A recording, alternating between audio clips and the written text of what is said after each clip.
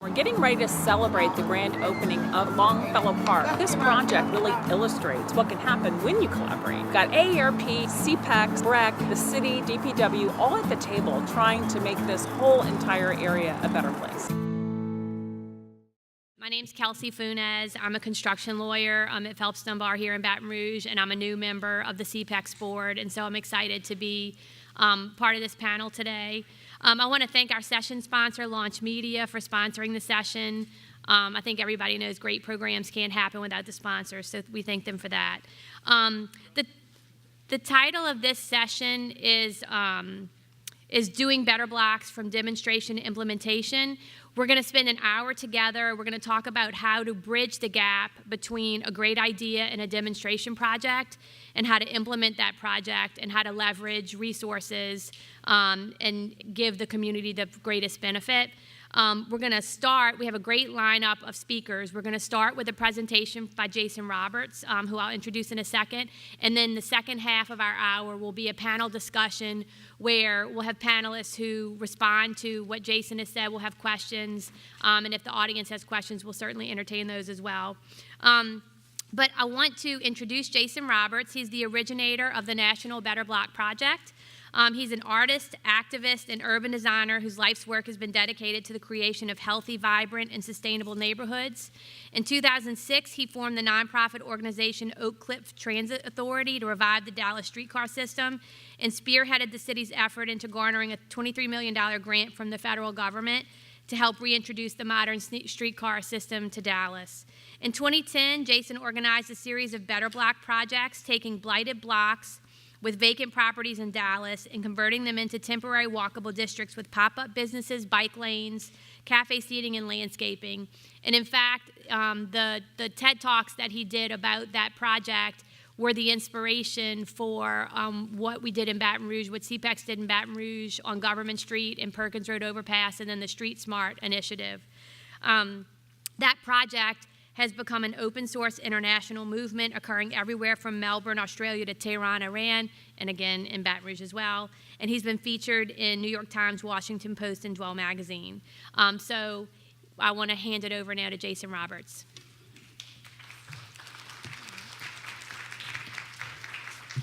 All right, it's great to be here, guys. This kind of reminds me of the theater and the Muppets, which is kind of awesome. So.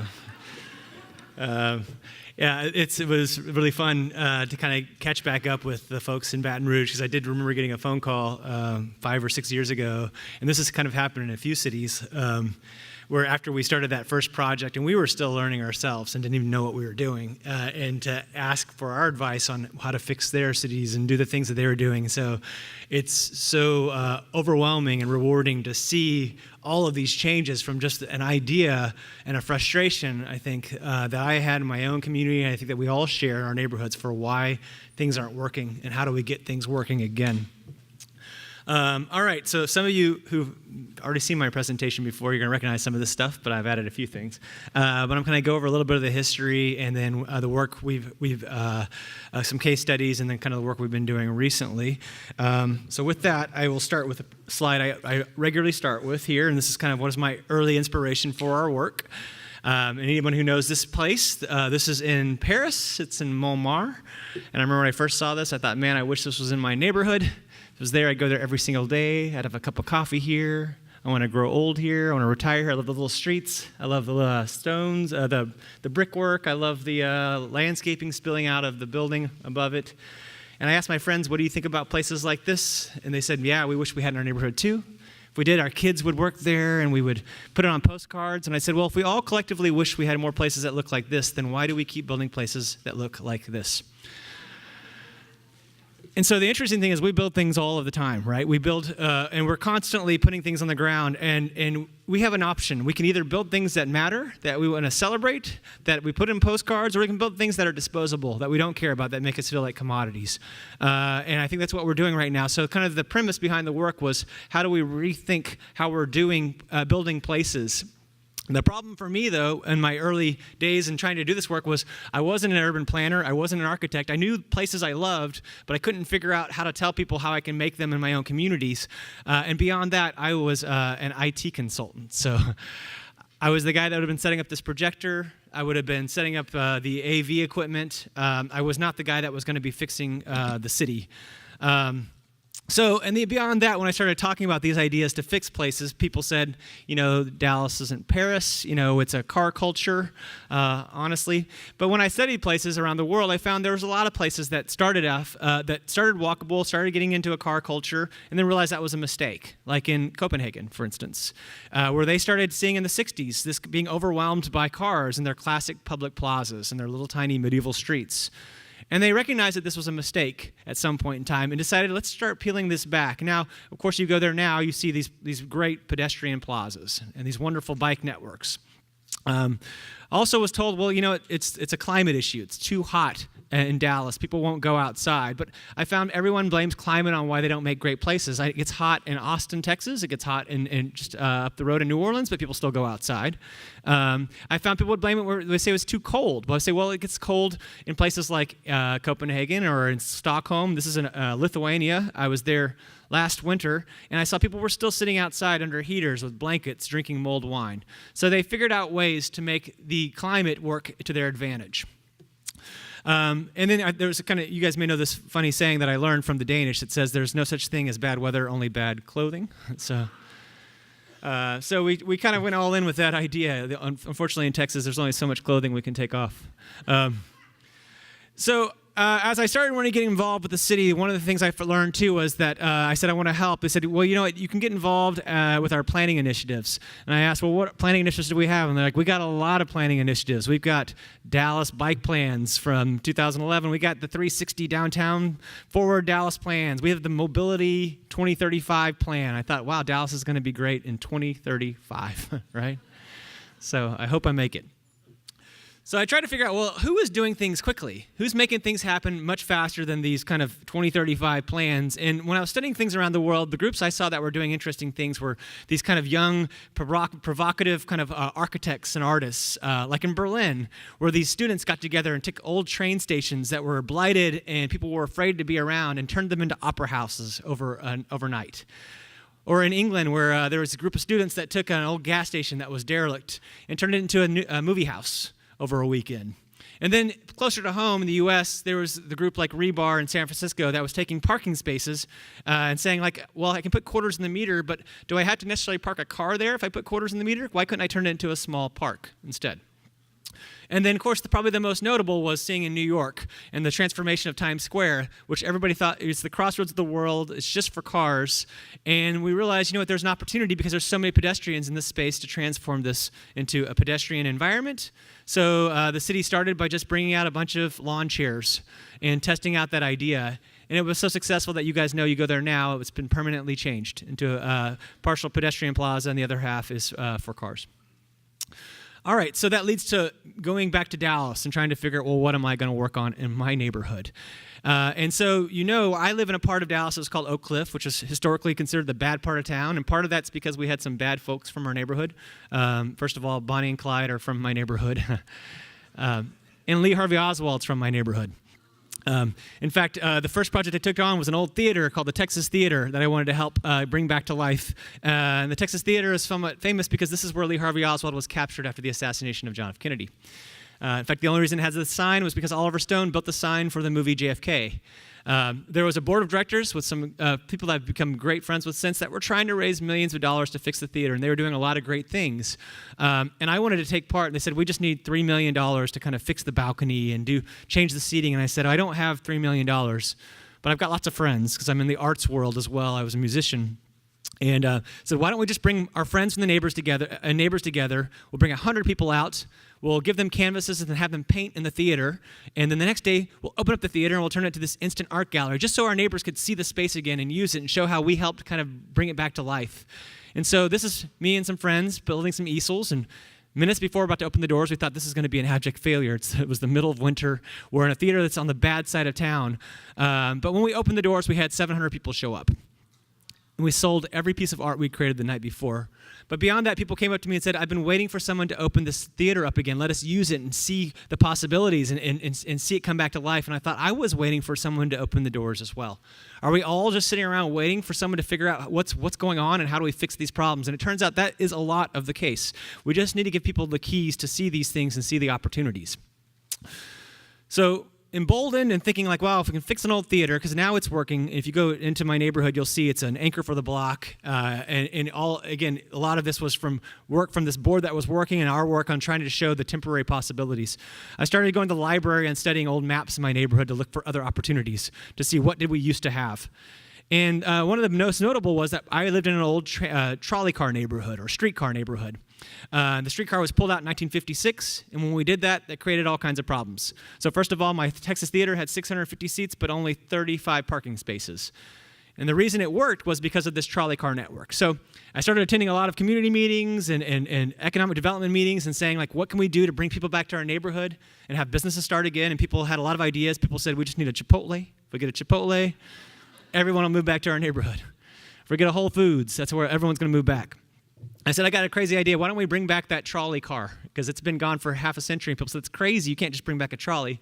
I knew very little about trolley cars, but I was an IT guy. I knew how to make websites. I went home that night and made a fake website called the Oak Cliff Transit Authority that looked really official, had boards and newses and histories and European trams on the front. And the next week, the Dallas Morning News did a story saying, dreaming of the day the streetcars return. That's what Jason Robertson and other members of the recently formed Oak Cliff Transit Authority are hoping. Yeah. But there were no other members. It was just me.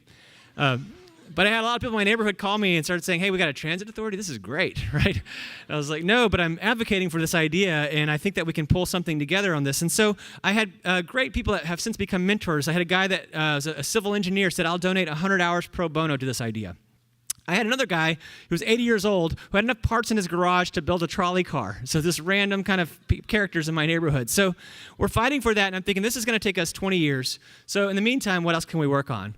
Well, why don't we look at the bike networks that I was seeing all around the world, like in Copenhagen, where I was seeing people riding their old heavy bikes. It was girls in dresses and guys in suits just riding their bikes to the store. But whenever we talked about bicycling in Dallas, it wasn't what I saw here in Europe. It wasn't this everyday casual bicycle riding. The only way we knew how to bicycle in Dallas was where we'd start wearing spandex, start doping, and going 300 miles. Like we didn't know how to kind of that missing middle of bicycling opportunity. So I decided, okay, let's take the same idea with the streetcar, and we will create a group called Bike Friendly Oak Cliff. We'll advocate for taking your old Schwinn out of the garage and riding to the grocery store or to the post office. And I started showing up to City Hall and saying, hey, we got this group, we got this great idea. We'll take all the roads in our neighborhood, cut them in half, and put bike lanes everywhere. And I found out when you're the guy that starts pitching those ideas, you're going to have a lot of people like this come out that say, no, you're not.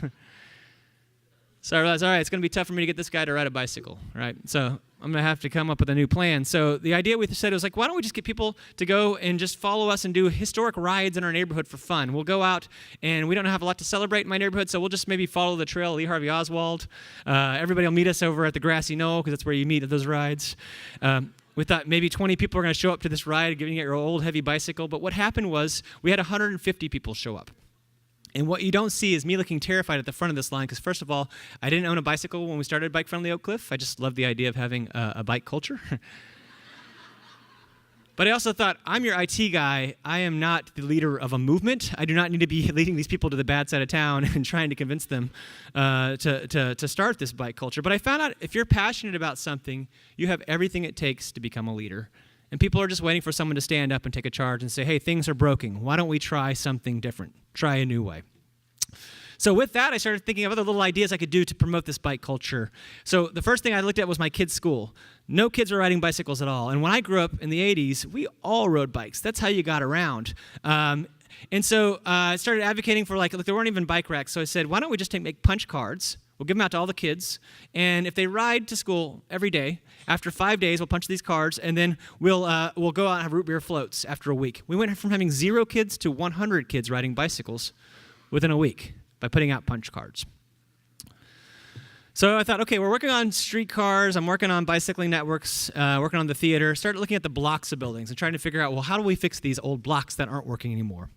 And started looking at, well, what happened? So in this case, we changed the zoning in the 60s to light industrial because we pulled the trolley car out, we didn't have parking.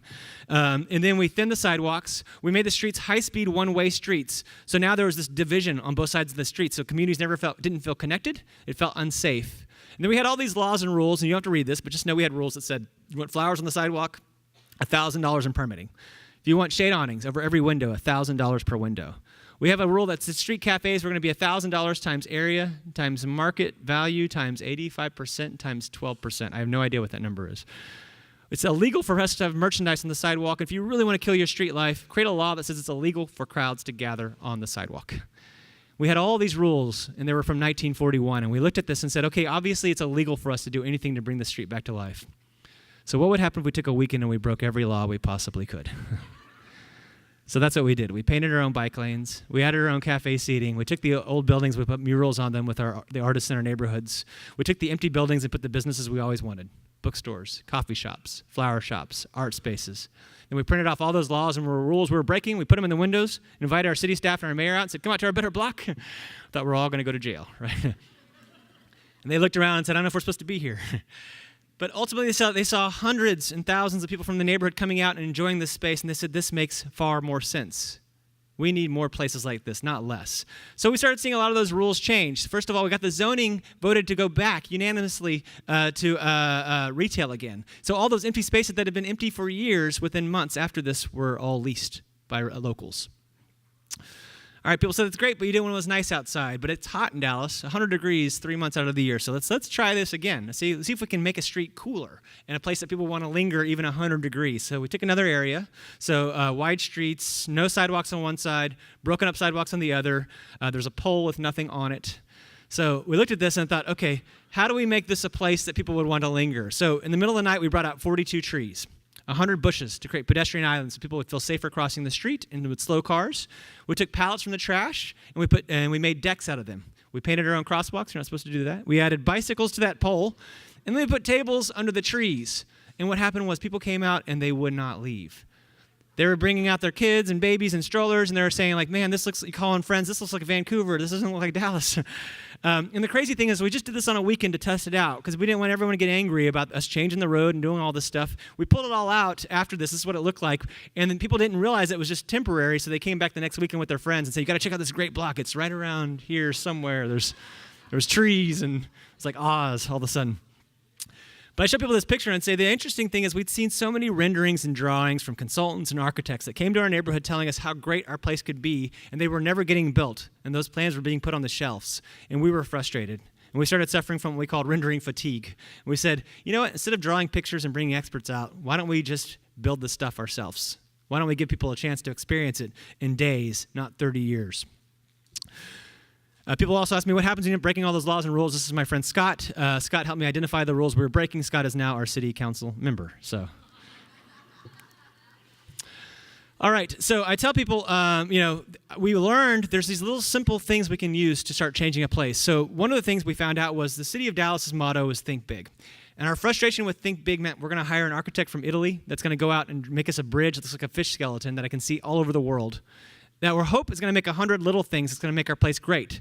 But as a community, we know how to make 100 little things already. We know the places that we love in the world aren't this one giant statue or this giant bridge. It's these little blocks that we go to all the time that have that little bookstore, the little coffee shop, the flower shop, the space for people to sit outside, the pocket parks. And as a community, we make 100 little things a lot faster than that one big thing. And we can use simple things at the hardware store. Right off the bat, white duct tape looks just like the thermoplastic paint that your city uses to paint stripes on the ground, I found out that trash cans at the dollar store that can be reclad to make planners. I can take the graphics on city buses that are large stickers and make crosswalks out of the scraps. Then I go to the city and say, this road is too fast. Cars are just speeding through here. We need to thin it down. We need to make it more inviting for people to start small businesses on this street. And they'll say, that's going to take us millions of dollars and years. And they'll say, don't worry about it. We'll take care of it on Saturday. Right. People also ask me, how did you get away with breaking all these laws and rules in broad daylight? I said, I found you can break any rule you want as long as you wear an orange vest. So, the crazy thing is, what happened was we went from this kind of guerrilla rogue thing to the city saying, actually, this makes a lot of sense. We're trying things out. We're getting real-world data. You're gathering the community. You're getting feedback. You're surveying people, and you're applying their ideas. This is what we do as a city. We do this through our planning initiatives, but it usually takes us 2 or 3 years. Like, you're doing it in 90 days. And you're getting ideas, and you're giving those ideas back to our city council members who can turn around and say, just make this thing permanent. This worked really well. Or maybe this one didn't work, but this worked over here. Like, we don't make any assumptions that this is the magic bullet. What we want to do is come in and say, like, there are things that work out of this and things that may not work, but we've got to try things. We can't just sit here and just wait and watch things fall apart. And we have to understand this correlation between the street and land use. And one of my good friends taught me, like, if you get the street wrong, everything else is wrong. So what we learned was, like, you make the street one way, then whenever you build the bulb out, you put cafe seating. You put the cafe seating, you put a cafe. You put a cafe, you might as well put a bookstore. And then in no time, you've got this little district. And so we have to look at these things holistically. Unfortunately, cities silo these things and put transportation in one bucket, economic development in the other bucket, without realizing they actually have a symbiotic relationship. And you have to understand both of these things. So now with our work, since we got sanctioned, we get invited to cities, and we get asked to kind of look at these areas. So this is in Akron, Ohio, an example of projects we do. And looking at their spaces and saying, well, what are the problems in the area? Well, there's depopulation. We've got excess building stock. We've got gaps in the teeth with these empty spaces between the buildings. So we'll make plans. We'll meet with the neighbors and look at these empty spaces and look at their streetways. And we'll start saying, okay, here's your empty buildings we have. Here's the streetscape. Here's people in the neighborhood that want to start businesses. So let's test out their business ideas in these areas. Let's work with the city's street crews and fill up their official city equipment with kids' finger paint. Let's take white duct tape and line it with the neighbors and residents. In a couple hours, we can make green, beautiful bike lanes like you see in Portland or you see in New York. We'll take those scraps off the city buses and make mid-block crossings. We'll take the empty lots in between buildings and take some soil, some hay bales and volunteers, and within 2 hours, we'll turn it into an Italian plaza.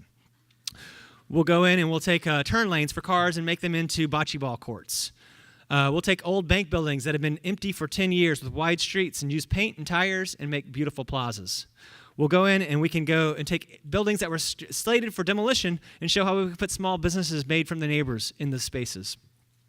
This is just duct tape and kids' finger paint, how we can fix an intersection. This is us taking neighbors and residents, seniors out to look at their streets again and enjoy the spaces. And when people said you can't have Paris in your town, it's not possible, we found you can. You can just do a few little things to make these places inviting for our kids and for our families and for our futures. People ask me then what happens afterwards. And we're going to have a discussion about this. This is a project we just did a year ago in Kenmore. It's now been restriped in Akron, Ohio, to show you how these changes can be built and implemented after a project's done. We took a bunch of we took a car garage and we made small stalls to put small businesses in front of this space. And now the businesses from this project have all been pulled out and put into a market space. And this is in Dallas, where a city council member saw what we did and said, I'm just going to focus on this one block. She took a block of a street called Greenville Avenue and went from 4 lanes to 2 lanes with wide sidewalks and made this one great block. And said, we're just going to do this a block at a time, because when we try to go after a mile, we create too many problems. We have too many worst-case scenarios and issues that people dream up. So let's just do this let's take it one block at a time. And now we've got a nonprofit, so it's called betterblock.org. You can go online. We've got recipes for green bike lanes, for Italian plazas, all that great stuff that you can download yourself. This is us, actually our office. We are in an old gas station, so metaphorically it's very interesting. But we do a lot of things going back to my IT roots now, a lot with digital fabrication. So we do 3D printing quite a bit. And people probably know 3D printing as digital fabrication, but we also do something called CNC routing, because this is the future of building. Your kids actually can know how to use the tools that can go and build things now. They can do this with their games, like Minecrafts and things like that. They can turn around and they can make things and output things to these 3D printers. So we use what's called a CNC router regularly, and these exist all around. In fact, there's probably 4 or 5 within a 3-mile radius of us right now. And these are great tools that you can go in. I found a group that was going in. They take plywood. It cuts out these shapes. There's a group in London that was making houses this way with no glue, screws, or nails, all puzzle pieced together. And those plans are digitized, so they can be online. You can download them from London and take them into Baton Rouge and build a house yourself. So we thought, if you can do houses with this, can't we build everything else in between? So we created a library called Wikiblock. So we've got, on the online library, we have a lot of designs. This is just some of the tables and chairs we have that you can download yourself for free with your community. You put a sheet of plywood down, it downloads the files, you can start cutting out these shapes, you can go off, have a cup of coffee, and come back and start assembling 2 chairs and a table with 1 sheet of plywood. So if I can do that in 45 minutes, imagine what I can do in a week for a city block. You can start making bus stops. We've got bike racks. We've got greenhouses. We've got community garden boxes. We've got bleachers, so you can make baseball fields for the kids again, or you can make outdoor theater spaces. We've got putt-putt courses, so people can get outside. We've got small band shells. This is one of our team members in Aberdeen, South Dakota. This is taking a parking space and especially making those small parks. We're showing how you can make beautiful parklets that are well designed. We're actually recreating buildings and spaces temporarily for people to use. I just did this project 2 weeks ago. We made a train station. Basically, there was no train, so we brought the bike lanes back. We used the rideshare services like Uber, Lyft, and the bike services to show how you can reline the street and make a space just like the old classic station that you'd come into your city and you'd say, welcome to the neighborhood. And this is where you can drop off visitors or you can welcome people, and you can create small business opportunities in the area. That was a parking lot before. And then sometimes we get crazy, we make geodesic domes, so it gets really weird. And that Better Block project that we started in 2010, honestly, just because I wanted to have a cup of coffee and a bike lane in my neighborhood, started getting a lot of attention and going around the world. So after the first year, it got pretty viral, and it went around the country, and the next year it started going around the world. It went from Melbourne, Australia, all the way to Tehran, Iran. And when I tell people, the people in Tehran, Iran called me and asked me about breaking laws, I was like, I don't know about breaking laws in Tehran, Iran, right? All right, the stakes may be a little higher for you guys. All right, I'm going to go back to the trolley car story because people often ask, well, what happened with the trolley car? So this is some of the members of my board that we had. We only raised about $5,000 total as an organization, which we made a lot of T-shirts and buttons, and we threw lots of parties. We went up to Portland, and we studied their streetcar and met with people that built theirs. They said it took us 20 years. It was hard work. But it was worth it. So it's just stay with it. It's going to be tricky. So we got back home, and we said we want to apply for some grants. We started applying for some grants, and it was 2008, the first year of the Obama administration. There was a new grant called the Tiger Grant that came out. We had 0.3% chance of getting any money whatsoever, but what happened was we won millions of dollars. And as opposed to us taking 20 years to bring back our trolley car, we brought it back in 5 years. And if you go to our neighborhood, you'll see development all along the spine of this, where nobody was building at all. There were no cranes, no nothing. And all I did was build a website. So a lot of things have happened since this time. We got a lot of attention. A lot of people wanted to bring us to learn more about how you do these things. I got to lecture at Harvard. I started a restaurant with friends. I got to have dinner with the First Lady. Decided to run for U.S. Congress because I had a free April. We're in the Venice Biennale, like all this really cool stuff. I thought, well, what can stop us, right? We found all these great ways to transform our neighborhood and work with our community to make the places we always dreamed of, to put that postcard that we always wanted. But the problem was, for me, everything stopped in 2012 because I was diagnosed with stage 3 cancer. And at that point, I thought, well, what was all this for, right? I'm not going to get to watch my kids grow up. I'm not going to get to ride the trolley car we started. I'm not going to get to take part in these little businesses. And when I was at my worst, the neighbors we'd brought together to help do the Better Block started knocking on my door and saying, hey, I'd like to take your daughter to go out shopping at the mall, or I want to take your son to go fishing. I want to fill your fridge up with food. And when I was at my absolute worst, under chemo and could barely move, they started saying, well, why don't we do Build a Better Jason campaigns to fix me? So I tell people what I got out of all this work wasn't streetcars or bike lanes or coffee shops or bookstores. That stuff's great, right? What I got was a neighborhood. And that's why we're doing all of the work we're doing. That's why everybody is in this room right now. Everybody wants the same thing. We want a place where we can feel safe, where our kids can grow and thrive, where we can grow old and look at the seeds we planted and say, look at this great place that we're proud of together. Look what we made. And when we lose track of that, I think a lot through our politics and through our discourse, and we don't realize that we do share a lot of these same common values together. And if we just reorient some of our ideas and our philosophies and look at how we can get things done, we can make the places we've always dreamed of. And before I forget, in 2014, I was diagnosed as being cancer-free, so I'm going to be just fine. So.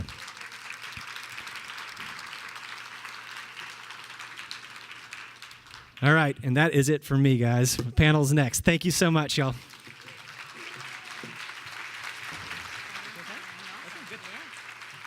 So while we're getting settled, I'd like to introduce the people who are going to be on our panel. Obviously, Jason will stay with us and participate in the conversation. We also have Dan Favre, who is the executive director of Bike Easy. He's been riding his bicycle all over the streets of New Orleans since moving here in 2006. You might have seen him bike commuting to his former office in the CBD or zipping through City Park with friends to catch the dusk golden hour on the shores of Lake Pontchartrain. Along with a well-traveled helmet, Dan brings extensive experience with collaborative leadership and nonprofit management, grassroots organizing, advocacy campaigning, membership fundraising and development, and strategic communications from years of working in the region's environmental sector. As the executive director of Bike Easy, Dan's most excited about continuing to develop a strong organization that effectively advocates for safer road systems that support biking and walking in greater New Orleans while encouraging the ongoing growth of the region's bicycle culture. Justin Lemoine is also with us. He's the owner of ELS Landscape Architecture Studio. He's a 2006 graduate of the Robert Reich School of Landscape Architecture.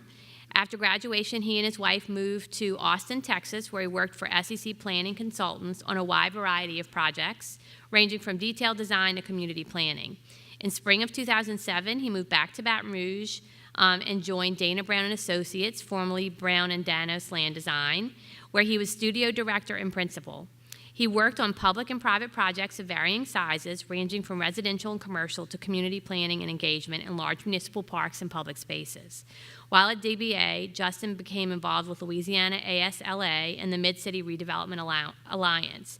In 2013, he formed ELS Landscape Architecture Studio, which focuses on residential, commercial, and public project design throughout the state. In 2016, he and several RRSLA alums founded the Mid-City Makers Market, a monthly event that showcases the works of talented artists from Baton Rouge and beyond. So I want to thank our panelists and get started on our discussion. So, and one of the things, a question, I'm not a designer, I guess I'm sort of, maybe Jason, part of what you were before you got started. And I think one of the things that I've seen in the community, and one of the things I wonder as I watch your presentation, is we do use cars to move around in this community, and in a lot of communities in the city. We don't have great public transportation systems. We do have a hot climate. So what do people do? What do people do with all the cars? Like, how do you address the naysayers that say that won't work because I need a place to park? All right. Yeah. Well, and so right off the bat, we've built an environment that makes it difficult to do anything but drive a car, I would say. And so I understand the naysaying. I use a car. I have to because we built that way in my community. But what I do say, I do think education is going to be really the key for all people that you're trying to bring in to understand why these things are important. Because what I can typically break down in communities and say, think about the places that you love in your city, whether it's here in Baton Rouge or Dallas or New Orleans. Think about the places you love to go, where everyone's taking their wedding photos and where you take visitors from out of town. And once you describe those places, you can say, I can guarantee you, they're not going to be heavily car-oriented. People just don't like to hang around their cars. So I have to kind of tease out this idea first for them to recognize what they already love and what they already know, and then kind of switch over to like, okay, well, what's this kind of midway point that can kind of get us there? We can't, obviously, if you go in and you dramatically change it, and we can't come in with an anti-car stance, and I'm not that way. I've got to come in with this idea of like, this is a mistake going all in. It's a mistake going all in with any one kind of idea, right? So how do we start creating some parity at this point? And so that's what we're doing. We kind of ease people into that process. And we have to be mindful of like, well, where will people park if I'm changing a place? So I have to think about parking in this, but I also have to educate people. Parking is needed, but you just don't put it in the front. Put it behind, put it up, above, below, side, beside, but just don't put it in the front. So it's not telling people that we're avoiding the car at all costs. We're nuancing this and allowing for just a little bit more parity. And it seems like the streetcar initiative that I think was part of the beginning of Better Block with you. It seems like that's a key component. And I guess, Dan, what I wanted to do is ask you about with Bike Easy. New Orleans is not too different of a culture in terms of how we move around than Baton Rouge and lots of places in Louisiana and in the South. What challenges have you had in terms of getting people in New Orleans to be more bike open, and how have you addressed those challenges? Yeah, so I think, echoing what Jason said, that it very much is built to accommodate people driving around, right? And we're not going to change that immediately or change that everywhere. Like I often say, I want people to be able to travel by bike anywhere in New Orleans, but we don't need a bike lane on every street to make that possible, right? And so you can actually create this parity in a way that benefits everybody, right? When there's clarity of where people biking should be and where people driving should be, it makes the street safer for everyone. There's more peace on the road, and it just becomes more organized and easier for everyone. And then, when you really start to approach the idea of what it is that we're trying to create, neighborhoods where people want to hang out. It's not, especially with bicycling, it can often become this flashpoint, right? There's this real, I think, worn out trope of bikes versus cars, and that's not valuable to me. That's not how we're trying to put it. We want everyone to be able to get around. We want people to have options, whether that's by bus or walking or taking the bike or taking your car. I own a car. That's how I got here today, right? Like everyone has to get around that way at some point, I think, because of how we've developed our built environment.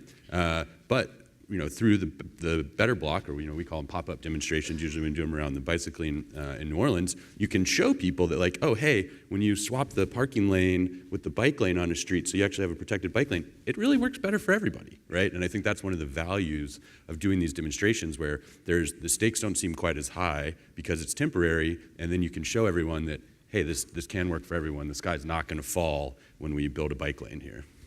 And I think, the bike share concept is coming to Baton Rouge. And so I guess what advice do you have for people who might be wanting to expand that? I mean, I think there are some spots where it'll go at at LSU and downtown, but we have a new health district that is forming. Government Street is being renovated and changed. And so what advice do you have for people who want to sort of spread that concept into different parts of the city based on what you've learned in New Orleans? Yeah, and so I think this is kind of advice I have on the whole, and when you're approaching, whether it's getting bike lanes, getting cool neighborhood, great blocks, building out bike share, it's to remember that these processes are iterative and they take time and you need to build them up, right? Like Jason didn't have a streetcar right away, right? It was over years, and they did a lot of other pieces and started to build the relationships, and so I think about that in our experience in New Orleans. We're right now in the middle of a 3-month pop-up demonstration. It's almost 3 miles of bikeways called Connect the Crescent, where we're really demonstrating the idea of a bicycle network and how you want to make sure all the bike lanes connect to each other and take people to their destinations. But that's almost been 3 years in the making, right? We started with one that was a block long and was really just kind of very basic materials and lasted for a day, and then we moved up to slightly longer, and then we did one that had water management features in it as well, and through that process we got to build lead volunteers all around the city, people who were really engaged in it. We got to figure out who at City Hall we needed to make sure we were engaging with to ensure that all of this was on the up and up and that people were excited about it and we were really building political momentum along the way. And with bike share, it's the same thing. We've been learning in New Orleans. Blue Bikes in New Orleans is an independent entity, but it's been really fun to work with them on thinking through, okay, how do we tweak the system to make it work for more residents, or how to make it work, how to ensure that the reduced fare program is getting to the people who need it.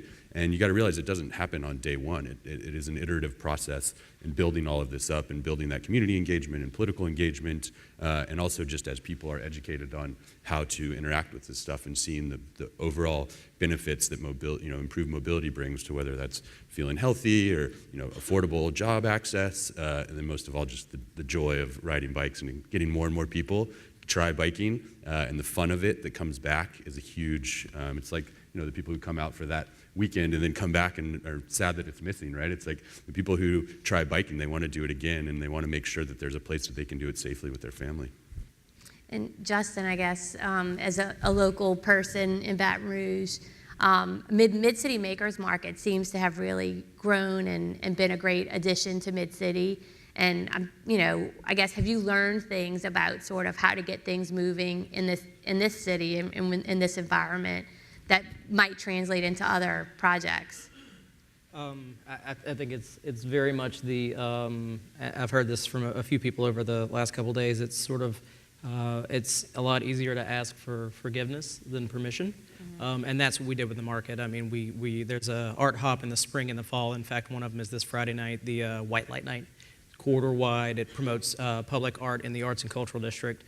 2 years ago was right after we moved into the building that we own, and we opened up our design firm with, you know, some refreshments, some boudin balls and some wine or whatever, and, you know, thought we'd have 20, 30 people come through. We had a few hundred people come through to view a few artists that we had, and we thought, well, this is really interesting. You know, we have a great art market downtown, but there aren't really art markets that are anywhere else in the city, and we thought, well, there definitely aren't really night art markets that are more sustaining than these 2 yearly events. And so real quickly we threw together branding, and we just decided for that December, you know, 12 artists, it'll be great, you know. We'll pop it up, no big deal. People will come out. We had branding, social media just kind of thrown together, and a few hundred people came out, and it really surprised us, and it kind of grew legs.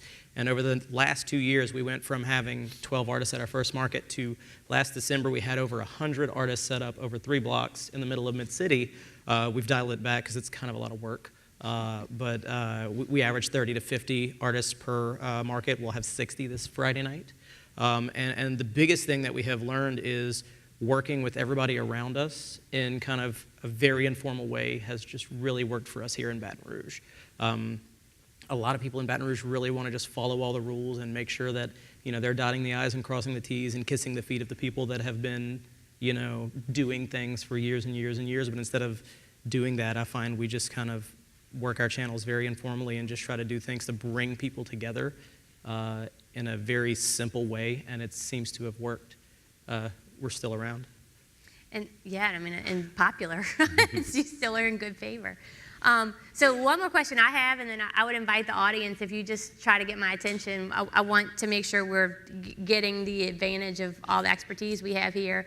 But I guess as a citizen and as a grassroots person involved in some projects here, one of the things that's frustrating is what you showed in your slide, which is, you know, the group of people, the small group of people who might have very loud voices and maybe know the mayor or city council people who, you know, really don't want to entertain anything different. And so, you know, any of you, have you kind of learned sort of tips or advice either in the planning phase or while something is underway for managing that and making sure everybody is sort of involved in the process to try to avoid some of the inevitable delay that might happen to a project when you have sort of some really vocal opposition? I mean, that's clearly something that gets in the way of implementation. I would say what I've had to educate people more is, like, there's absolutely going to be opposition. Not everyone's going to be for this stuff.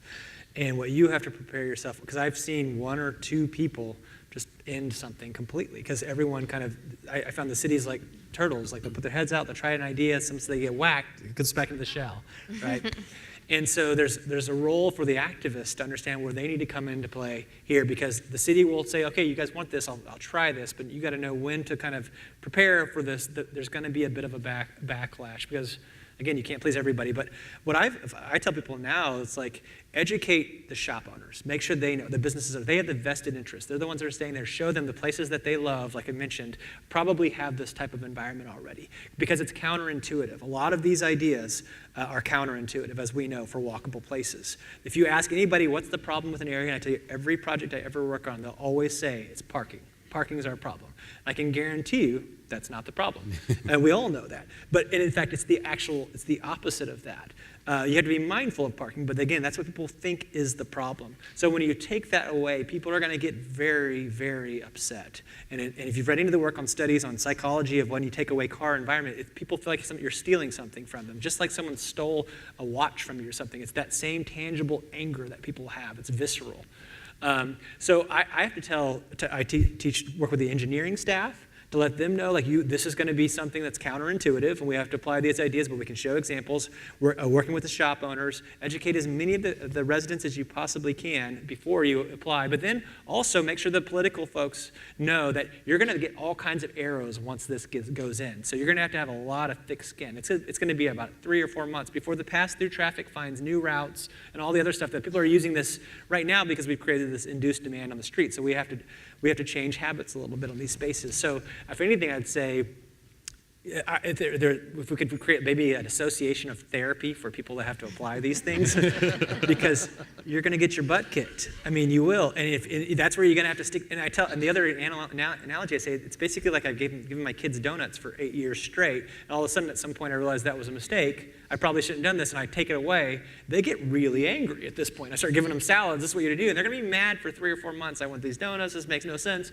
Then after a while, they're like, I feel a little better. I'm looking better. I'm more healthy. You know what? I like this. Sorry about all that driving you crazy in the meantime. We face this with the smoking bans and bars and all kinds of stuff. We go through this, and everyone said it's going to be Carmageddon. It'll be the end of the pub business as we know it and all those things, and it's not.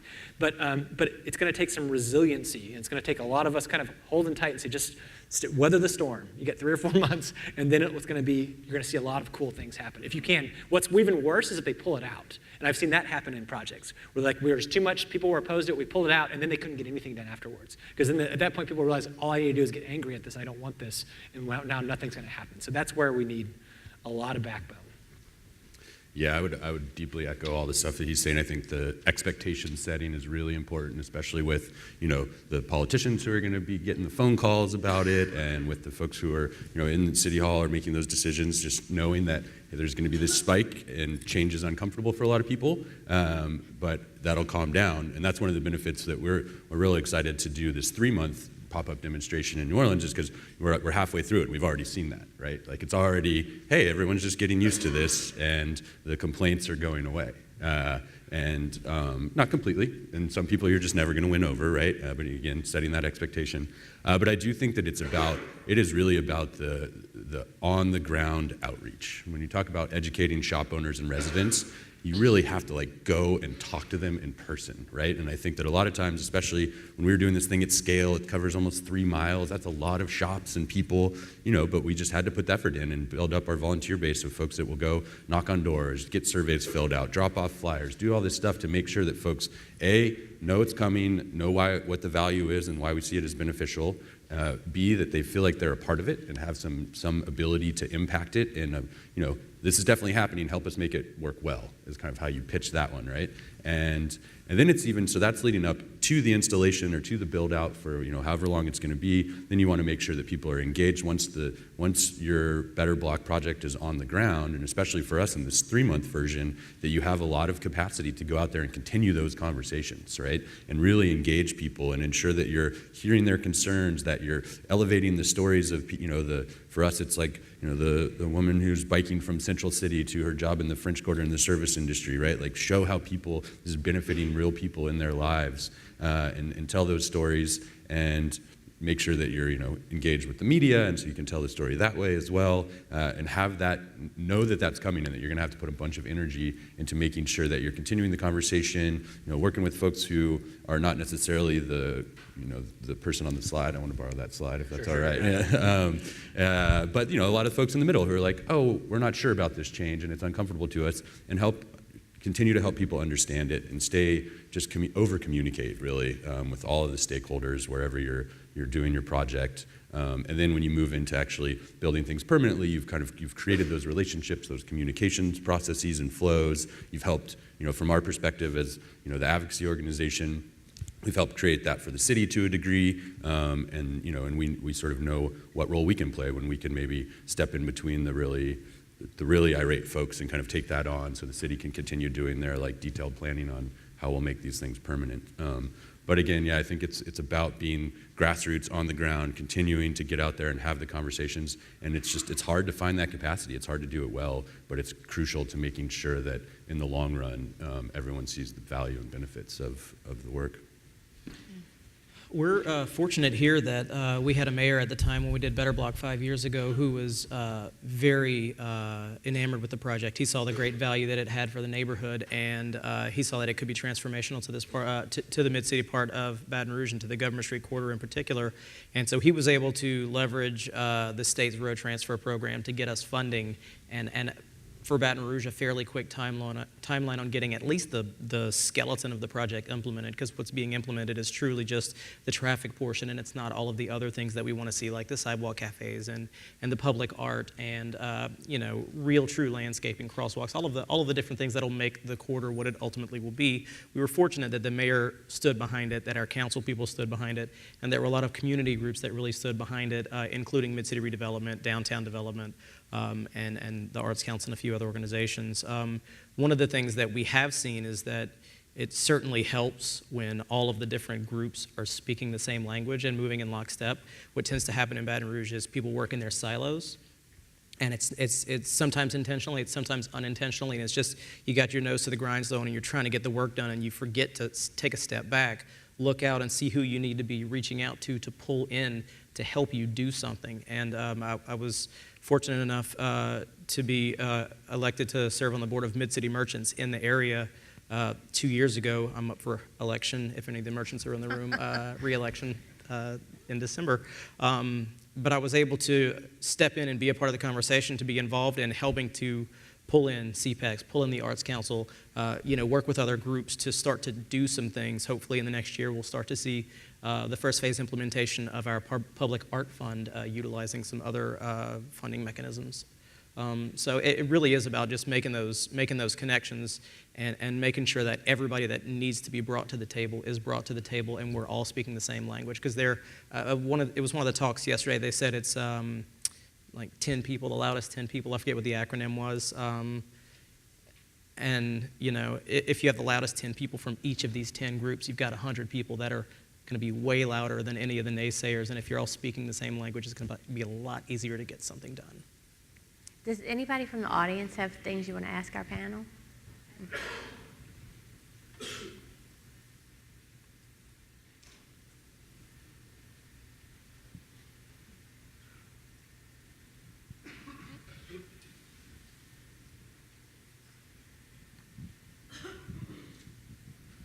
I had a question for Jason. So Dan knows that we've been working on some of these things in New Orleans, and we want to take the additional step of where we stripe off that we don't need all of this pavement, that we actually come back and we remove that pavement and add green space. And I was just curious if you've had any success in moving some of those projects into where you actually, go beyond striping and painting to actually reclaiming and getting rid of hardscape, which is so important for our health.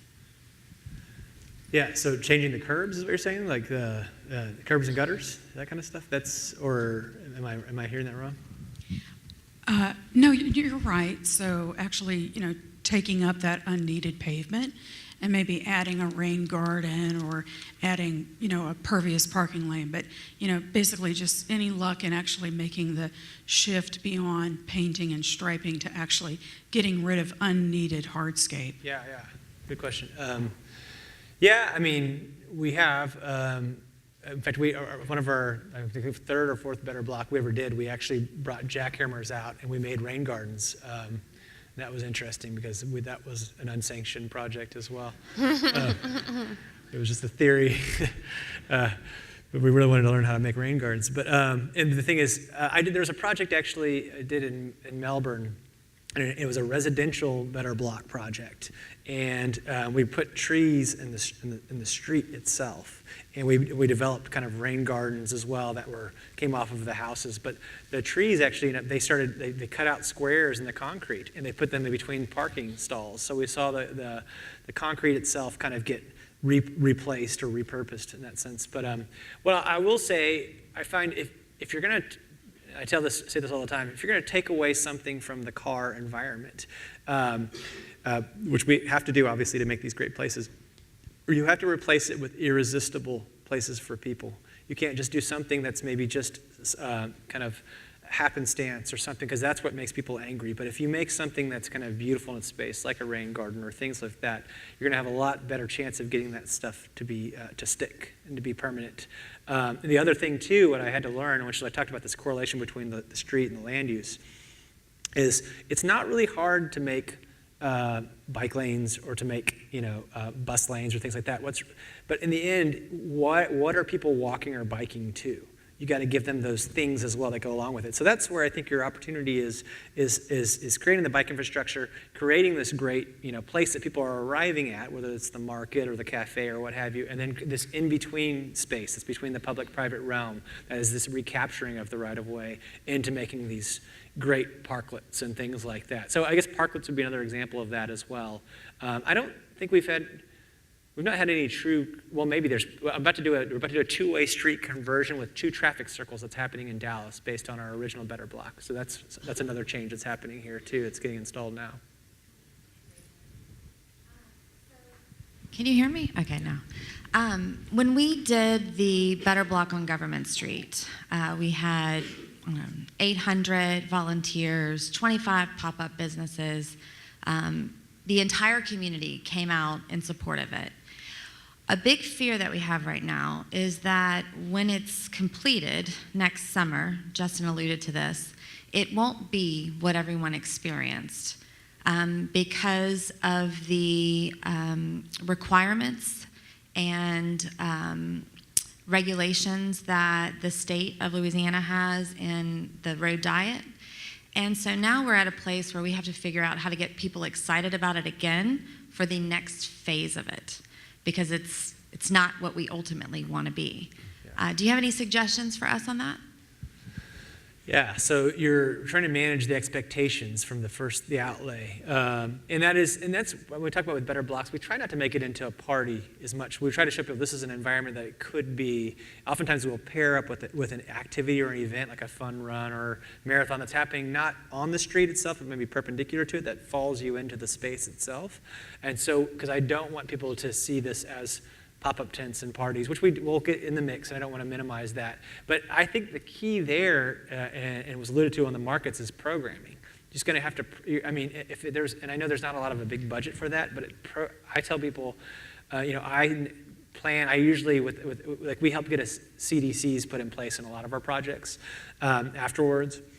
And we say, you need to develop 4 staple, big events that are every quarter. That you're doing a winter event, a summer event, a spring, fall, that just kind of keeps life and things happening, and he's repurposing some of the spaces that are in between. So I would say kind of what's rarely ever funded is the programming piece. It's the other stuff you can kind of find ways to get it happen through bonds and whatnot, but developing some way to maybe work with the Merchants Association that's there and help them line up their calendar of events and get things happening on the street in those spaces in the meantime. And to be more explicit, specifically the design is not as safe and detrimental as it could be. Oh, okay. So it's not the cultural piece. Got it. And so, and you said this is because we know this is a state street that's being turned over to the city, and what's limiting you from getting the street that you want? What is it in the city at the city level? So, ideally, we would have bike lanes that are truly separated from the roadway with some sort of a barrier versus just being on the street. We would, possibly have true wider sidewalks. One of the biggest limiting factors is just the right-of-way. Yeah. There's not enough right-of-way to do everything that we want to do. Yeah. And then in terms of sort of building out the road to the fullest extent, landscaping, street trees, signage, benches, bus pullouts, all of those things. A lot of that has to do with, the bus pullouts acquiring additional right-of-way, which the funding that we had for this did not allow for, or acquiring additional right-of-way for the bus pullouts. And then DOTD's requirements for tree planting is so restrictive that it almost allows only 1 tree per entire city block because of their side triangles. And so those are things that, they're planning for future street trees throughout the length of the entire roadway, but as part of this first implementation, we're only going to have, structural soils and an irrigation system with some dirt, and we won't have trees until we come in after the road has been taken local possession has been taken over to truly implement that. I see. Okay. Well, I mean, that's a tough hurdle then. I mean, you've seen we're doing a lot of things that we're designing, physical elements, this WikiBlock things that we're using to temporarily be put into the streetscapes during some of these programmed activities like bulb outs and things like that that can be used in the interim. That could potentially push the policy side. That it sounds like that's what needs to happen is policy needs to, which is the longest in all of this. The private works the fastest, public is second, and policy is the longest, it seems like, in all of this work. So that's, you know, that's what I would look at as kind of these semi-permanent things that we're doing that could be used temporarily in these spaces. One thing that seems to happen, I'm sure it's happening on government as well, and I see this happening on a lot of streets, is everyone's going to this 3-road center turn, two-lane. I'm not a huge fan of that.